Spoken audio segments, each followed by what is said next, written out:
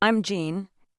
Sitting here in my new office, looking at the sign that reads Jean's Medical Logistics Solutions, I can't help but reflect on the journey that led me here.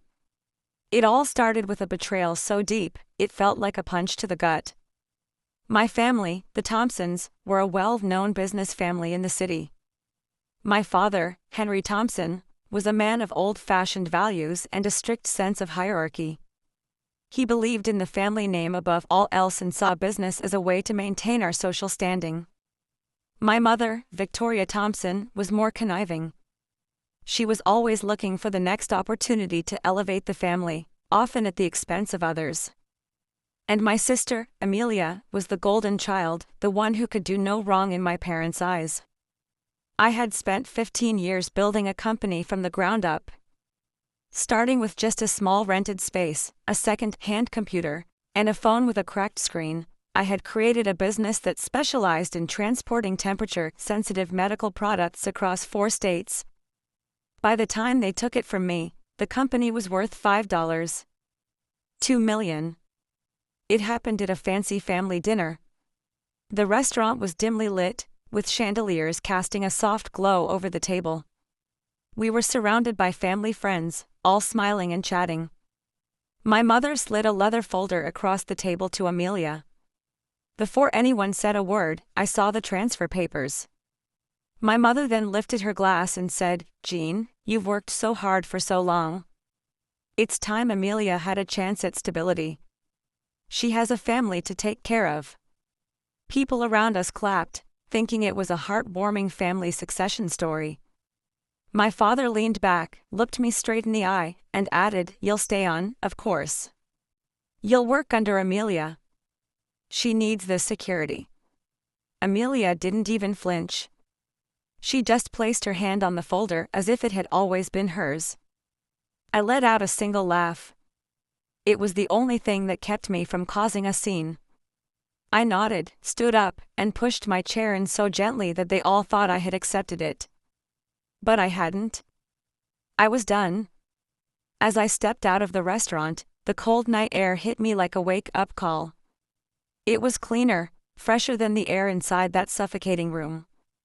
I walked for what felt like an eternity in my heels, which were killing me, and ended up at a 24-hour diner. I called my friend, Lily.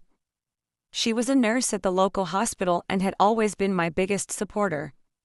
She came in right away, wearing scrubs under a warm wool coat. One look at my face, and she said, "Tell me what happened." I poured out the whole story, from the folder to my father's words and my mother's calm demeanor.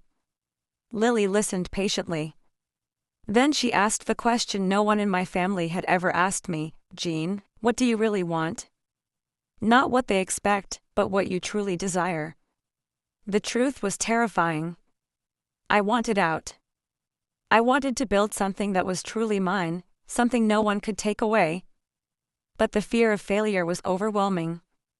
What if I failed after walking away? What if they laughed at me? Lily reached across the table, took my phone, unlocked it, and handed it back. "Let failure come after you try, not before," she said. That night, I deleted all the old company contacts from my favorites, left the family business group chat, and archived every message that had made me think my worth was tied to the family. It felt like cutting a cord that had been holding me back. The next morning, I was up before dawn. I sat at my kitchen counter in an old sweatshirt, my hair still tied back from the night before, staring at my laptop.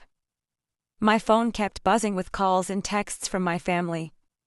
My mother called twice, my father texted, "Don't make a scene," and Amelia sent a message saying, "Let's talk when you calm down." Calm down? They thought I should just accept being robbed. I flipped the phone over and got to work. I had spent 15 years building the operational core of that business. I knew every contingency routing system, every vendor decision tree, and every emergency escalation script. The real knowledge was in me, not in the files and servers. I started separating my personal knowledge from the company assets. I removed all the shortcuts and templates I had created on my own time. It wasn't sabotage, it was self-preservation. Around 8:30, I made a strong cup of coffee and opened a blank legal pad.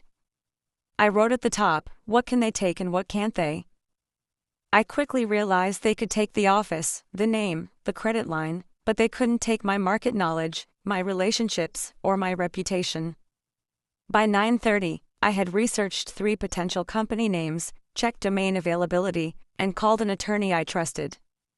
By 10 o'clock, Jean's Medical Logistics Solutions was born. The name was simple and straightforward, with no frills or family associations. I wanted it to sound reliable and professional. The outreach was the hardest part. I refused to send out desperate announcements. I made a list of 30 contacts and narrowed it down to 6 people I respected. I wrote individual emails stating the facts. I had launched a new firm, I was available for specialized support, and I was open to private conversations. Sending those emails felt like a leap of faith. But I did it. And for a few seconds, the silence in the room was deafening. Then, slowly, I felt a sense of calm. I had done what my family never thought I would. I had taken control of my own destiny. The first few weeks were tough. I worked from my apartment, my car, and hotel lobbies. I ate on the go, and my wardrobe consisted of blazers, black slacks, and flats. It was a far cry from the comfort of my old office, but I was determined. Then, a turning point came. A director from a large medical research center called me. A shipment had been delayed, and their current vendor was failing. She said, I knew you'd be the one to fix this. I handled the issue in under 5 hours, documented everything, and sent a detailed report. The next day, she referred me to another client. As my new company started to gain momentum, I noticed that my family's business was starting to crumble. There were whispers in the industry about delayed renewals, staff turnover, and unhappy clients. I received emails from former clients asking if I was available independently. The most satisfying email came from a hospital administrator who said, our confidence was always in you, not the new leadership. We'd like to work with you directly. It became clear that my family had made a huge mistake. Amelia had cut corners everywhere. She had downgraded carrier standards to save money, dismissed experienced staff, and ignored the concerns of long-term clients. Within 10 weeks, they lost 3 major accounts. One of them requested a private transition meeting with me. Then, Amelia texted me. Can we meet? It's important. I ignored her at first, but her persistence got to me. We met at a public park by the lake. She looked haggard, her expensive clothes looking more like a mask to hide her stress.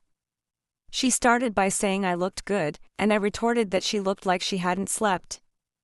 She tried to talk about market conditions and transition stress, but I let her ramble. Eventually, she got to the point. Come back. Not under me, but as a partner. We can restructure the business. I almost laughed at the audacity. 5 months ago, I was supposed to work under her, and now she was offering a partnership. No, I said firmly. She snapped, Jean, be realistic. This company has scale and resources. We can still make it work. I leaned forward and said, I'm not being stubborn. I'm being smart. I've built something better on my own. She then tried a softer approach, saying, Mom always said you were the strong one. She said I needed this more than you. I looked her in the eye and asked, and that made it okay to take what I built? She had no answer. A few days later, my mother called. She said the company was in trouble, Amelia was overwhelmed, and the family name was at stake. She then said, You know Amelia can't handle this pressure like you can. I replied, So you knew she couldn't run it, and you gave it to her anyway? She hesitated, and I knew the truth. She asked me to come back to the office, but I refused. My father then got on the line and tried to use his old authoritative tone, You're being emotional. You can't punish the family. I laughed and said, This is the consequence of your actions. And I hung up. Amelia then sent me an email with the truth. Revenue was down 40%, there were more resignations, and clients were demanding answers. She also admitted that her jealousy had made her do something stupid. I agreed to meet her at their office, on my terms, with no parents present. When I walked in, the place felt different.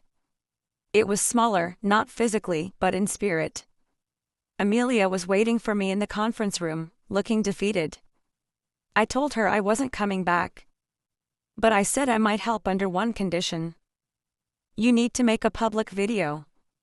Admit that the leadership transition was mishandled, that you ignored operational expertise, and that I built the foundation of this business. Apologize to the employees and clients. Her face went pale. Publicly? She asked. Yes, I said. If your mother won't allow it, tell her I said no. After a long silence, she asked, if I do it, will you help? I said, I'll review your recovery plan once, introduce you to a small client, and tell you what needs to change. That's all. She nodded.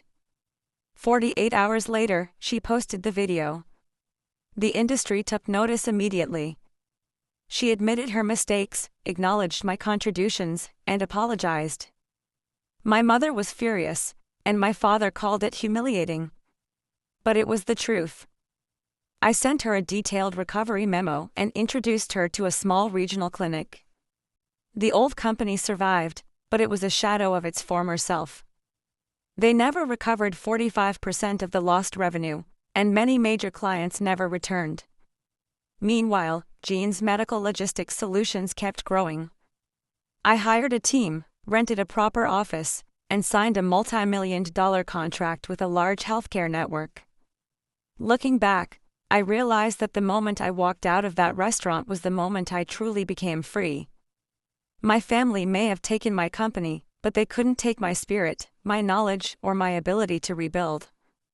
Winning isn't about getting revenge, it's about building a life that they can't touch. So, I ask you, if your family stole the result of your hard work, what would you do?